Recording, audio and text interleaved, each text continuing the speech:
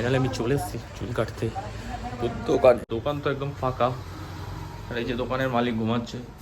এই চুলটা কাটতে হবে তোমার। ও কাটবো, তুমি বসো, কোথায় আসো, ফাঁকাই আছে। চুলের অবস্থা একদম খারাপ হয়ে গেছে। এর আগে ওর থেকেই কেটেছিলাম, এমনভাবে কেটেছে এখন পুরো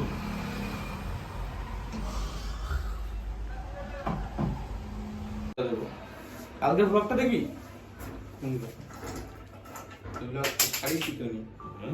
ছাড়বো তুই আমাকে চুলটা এমন ভাবে কেটেছিস না, না আমি কোনো স্টাইল করতে পারছি না দাঁড় করাতে পারছি। এই সাইডটা হয়ে গেছে ঝুম্পা। দেখ চলো ডিপার্টিশন করবো বলছিস? কিছু কর। টিমারটা এখন কাট দেখ, আমি ইলেকট্রিক টিমার বাড়ি করি না, তবে এটা দিয়ে চালা। জল লাগবে, আয়নাতে হেলাম দে।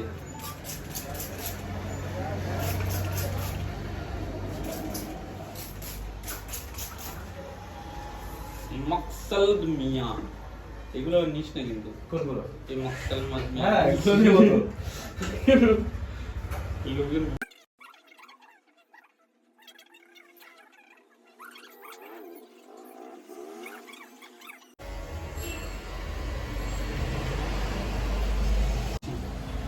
গাইস আমি একটা ভুল করে ফেলেছি, জামাটা না খুলে চুল কাটতে বসে গেছি।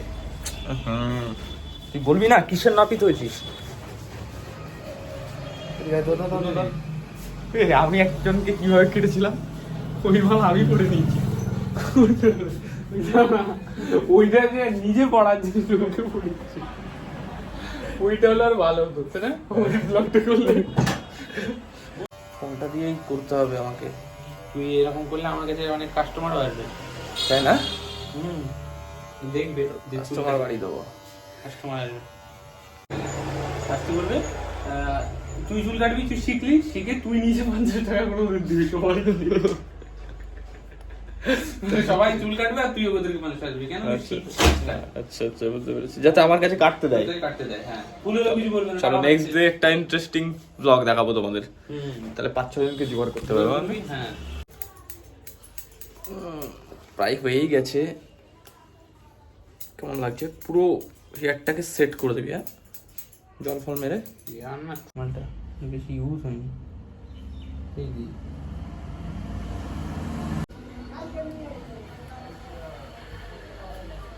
গাইস প্রায় কমপ্লিট। কেমন লাগছে আমাকে? এই সাইডটা দিয়ে ভালো লাগছে। দেখ ভালো লাগে না? ভালো লাগছে না? তাহলে তোকে আবার কাটতে হবে। ভালো না লাগলে তোকে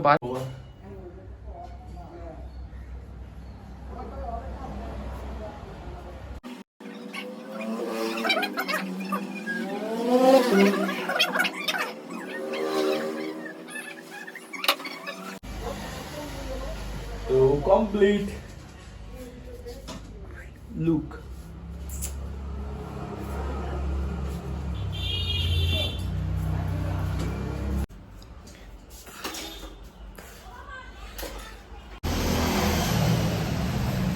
তো গাইস সবাই একটু বলো কেমন লাগছে আমাকে।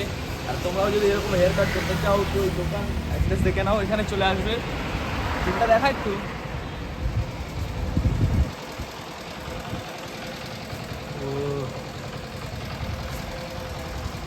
যদিও ফ্রিতে চুল কাটি আমি, তবুও কাটবি, আবার সাইকেলটা নিয়েও যাবি এখন। আজকের মতো ব্লগ শেষ। ভাইও দোকান বন্ধ করে দেবে এখনই, তো আবার ওয়েট করো নেক্সট ব্লগের জন্যে। আবার কালকে দেখা হবে তোমাদের সাথে।